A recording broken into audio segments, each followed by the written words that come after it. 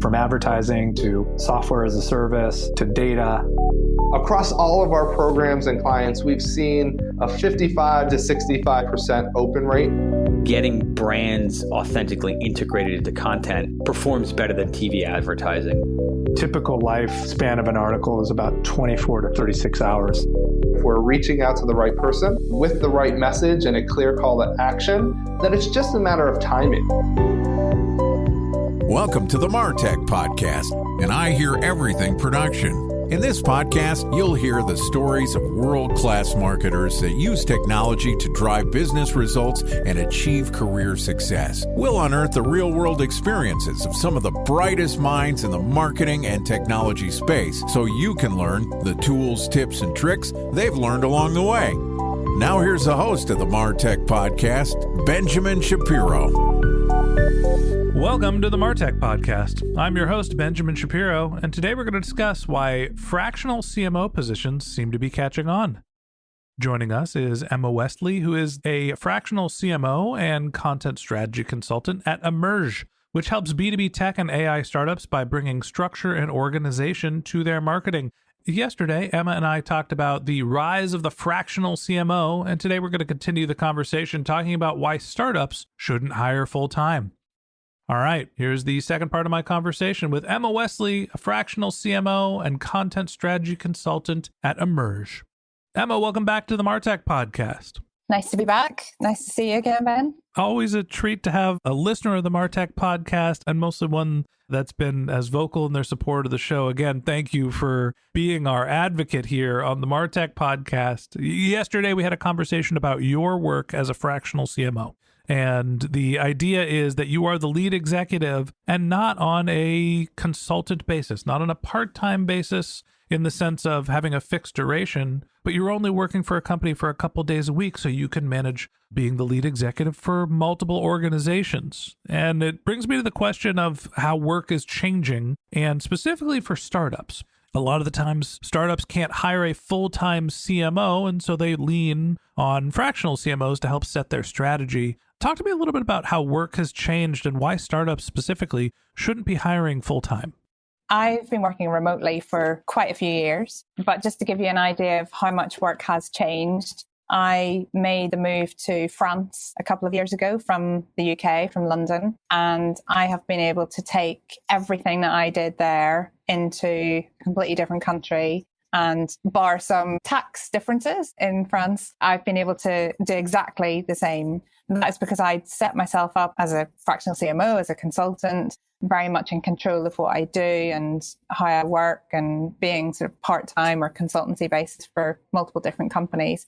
But just the fact that I can do A, the remote side completely remotely, and B, lots of different clients, different types of engagements, consultancy, fractional, it's hugely different. I have my ideas on why that has happened and where it could go in the future, which I'll possibly come on to, but it's baffling. And in terms of startups, I think startups are growing within this environment. And so they're naturally accommodating of the different ways that people want to work. Also, they're smaller, so it is a lot easier to manage the situation where you've got people all over the world.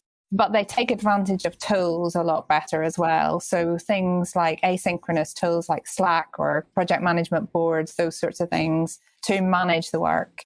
And they also have a degree of respect for their fellow teammates in terms of how people work. Some people might want to work through the night. Some people might want to work and break and work and break. That as a mindset is quite different to how work used to work and how a lot of big companies still operate. I certainly remember my time corporate side for the likes of Hewlett-Packard, Accenture, Symantec, big tech companies. And that mindset of understanding, well, actually, that person might not want to work the same way that I work and at the same times and things. It's a very different mindset. Personally, I just find that startups are a lot more accommodating of that at the moment.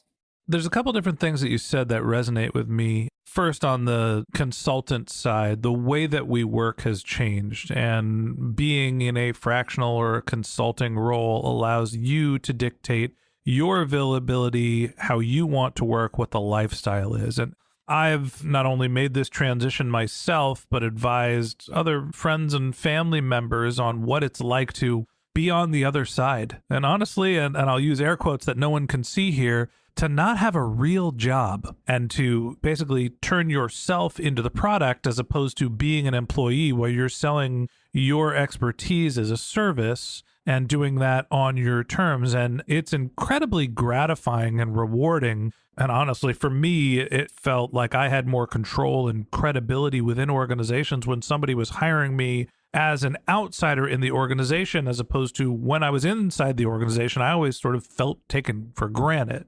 So the way that we've worked has changed. To me, there is a cadence that happens with everybody who becomes independent is, oh my God, I'm freaking out. How am I going to do this? I don't have a real job. What are my parents going to say?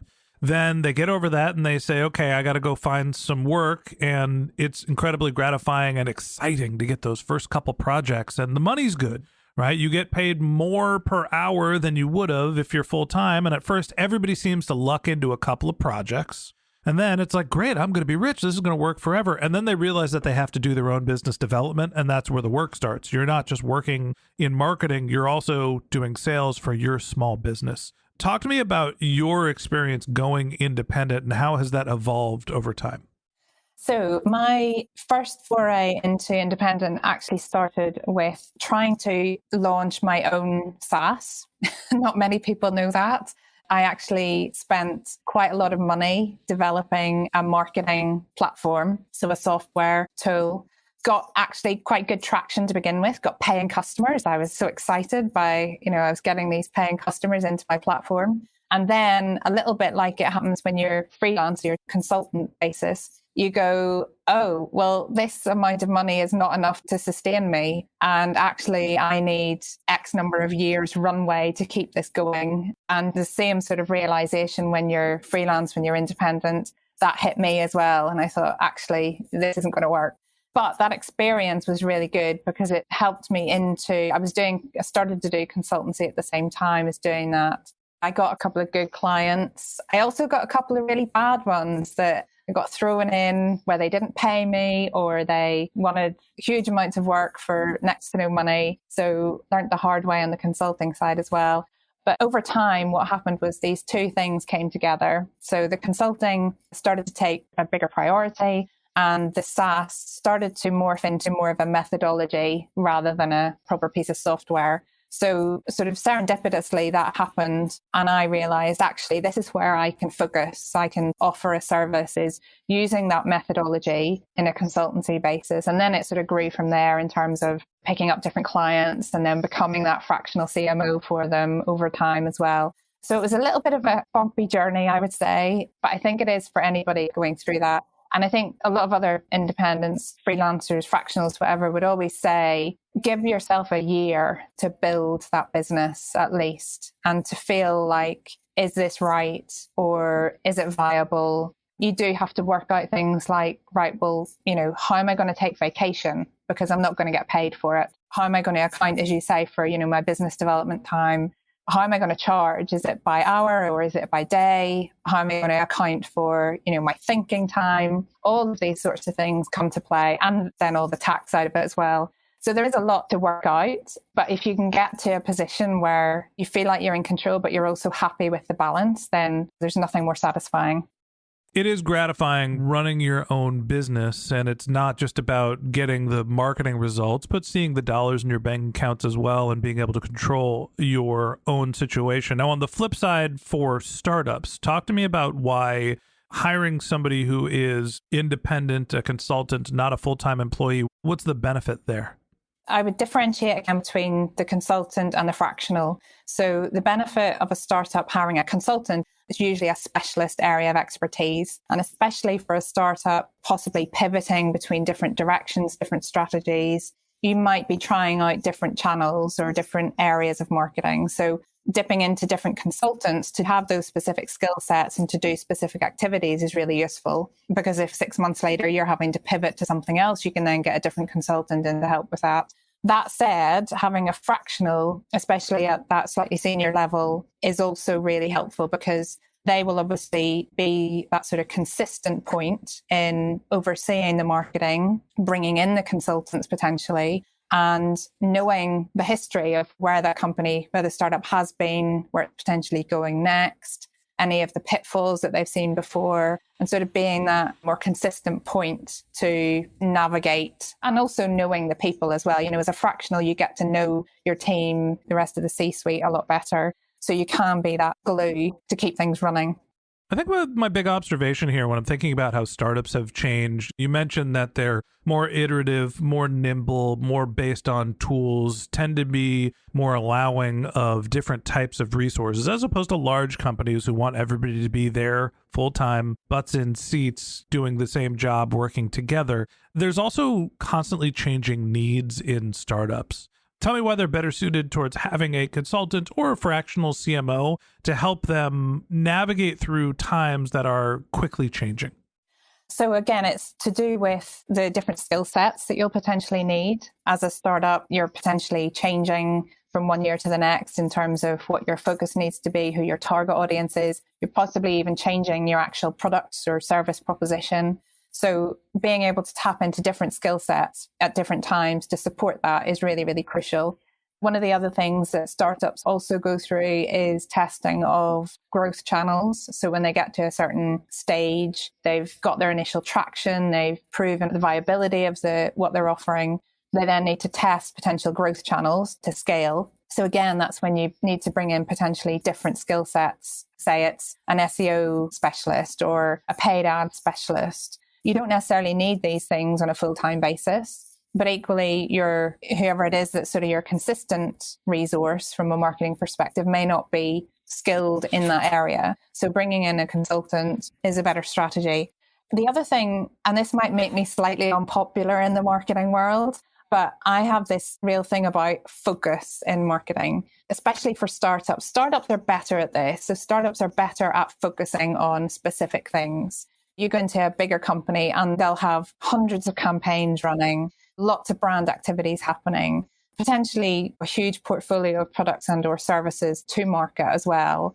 They've got everything going. They've got all the different channels running and all these different things that they've got to be juggling all at the same time. Where startups are really good is focusing. They'll focus on a set number of activities. And maybe that is just because they're smaller, they're earlier stage, they can afford to do that. Although I'd argue that in some of the bigger companies, they should be a little bit more focused in what they do too. So having, again, that focus on, right, these are the activities that we're doing. We do not need full-time resource across all of these activities. What we need is a consistent point that, as I say, that fractional that can direct it, knows the strategy, can orchestrate everything. But the rest of the resource can be pulled in as and when needed, depending on that focus. The final thing I'll also mention is automation. Obviously, we're in a world where AI is a growing trend. We've been through a big trend of MarTech and marketing automation over the past few years. We all know what these leading headlines were for marketing automation, for MarTech. It was free up your team to do more creative things or more strategic things. And that hasn't happened. What's happened is we've all become busier trying to find other things to do. And again, this might make me unpopular in the marketing world, but what we need to do as marketers is start to let that automation and AI do the stuff for us rather than trying to find other things to fill our time. And I think it'll be interesting to see where marketing goes in the coming years as to, are we going to do this? Are we going to let these tools take the slack and we can then become more flexible in how we work and where we work and what we do? Or are we going to keep looking for more and more things to just fill our time if we're full-time, if we're permanent? My thoughts on startups, specifically, early stage, the venture-backed type companies, is it's useful to have different resources that you can plug and play. And honestly, we do this here working on the MarTech podcast, and I hear everything. Sometimes we need performance marketing. Sometimes we need content marketing. Sometimes we need marketing automation. We're always trying new things to try to figure out what works. And then once it sticks, we build in processes, automation, we hire people to scale. So as you're thinking about growing your startup, often I think executives at startups think I have to go hire a leadership team to run the program. And in reality, you don't know what program it is. Sometimes what you need is maybe a fractional resource that's not dedicated full-time to your company, but can help you set your strategy and figure out how to cultivate the channels that matter. And then you start applying resources on a part-time basis to see if you can scale. And eventually you work your way into this full-time role or potentially even a full-time CMO. But there's ways available now, and there's lots of smart people that are out there that are dedicated that will help you grow your business without asking you for the full-time heavy commitment of a W-2'd employee. And that wraps up this episode of the Martech Podcast. Thanks for listening to my conversation with Emma Westley, Fractional CMO and Content Strategy Consultant at Emerge. If you'd like to get in touch with Emma, you can find a link to her LinkedIn profile in our show notes, or you can visit her company's website, which is emerge.io. That's IMMERJ.io.